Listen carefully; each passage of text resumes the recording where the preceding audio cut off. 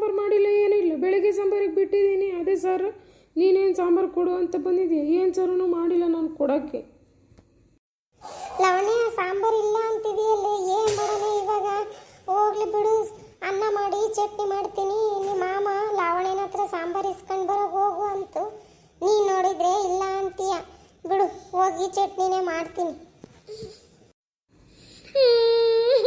ಚಟ್ನಿ ಯಾರು ತಿಂತಾರೆ? ಅಲ್ಲೇ ಏನಾದ್ರೂ ಗೊಜ್ಜು ಕಲ್ಸ, ನಾನು ಅಲ್ಲಿಗೆ ಬರ್ತೀನಿ ಊಟ ಮಾಡೋಕ್ಕೆ. ಇಲ್ಲಿ ಬೆಳಗ್ಗೆ ಸಾರಿಗೇನೆ ಬಿಟ್ಟಿದ್ದಾರೆ, ನನಗೆ ಊಟ ಮಾಡೋಕ್ಕಾಗಲ್ಲ. ಅದಕ್ಕೆ ಅಲ್ಲೇ ಬರ್ತೀನಿ, ಗೊಜ್ಜು ಕಲಸು, ಅಲ್ಲಿಗೆ ಬರ್ತೀನಿ. ಹೋಗಿ ಗೊಜ್ಜಾರು ಕಲಿಸ್ತಾರೆ ಇವಾಗ. ನಾನೇನಾದ್ರೂ ಚಟ್ನಿ ಏನಾದರೂ ಮಾಡ್ತೀನಿ. ಚಟ್ನಿ ಆದಮೇಲೆ ಬೇಗ ಮಾಡ್ಕೊಂಡು ಊಟ ಮಾಡ್ಬೋದು. ಇವಳಿಗೆ ಗೊಜ್ಜು ಮಾಡ್ಬೇಕಂತೆ, ಗೊಜ್ಜು.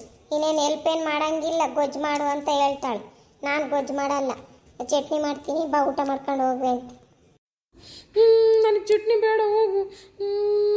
ನನಗೆ ಗೊಜ್ಜು ಕಲಸು ಅಂದರೆ ಚಟ್ನಿ ಮಾಡಿ ಚಟ್ನಿ ಅಂತೀಯ.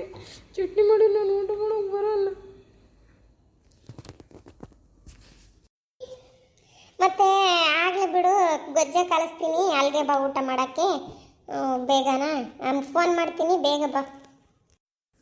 ಹ್ಞೂ ಸರಿ ಆಯಿತು, ಆದಮೇಲೆ ಫೋನ್ ಮಾಡು, ಬೇಗ ಬರ್ತೀನಿ ಊಟ ಮಾಡೋಕ್ಕೆ. ಹೊಟ್ಟೆ ಹಸಿತೈತೆ, ಬೇಗ ಮಾಡು.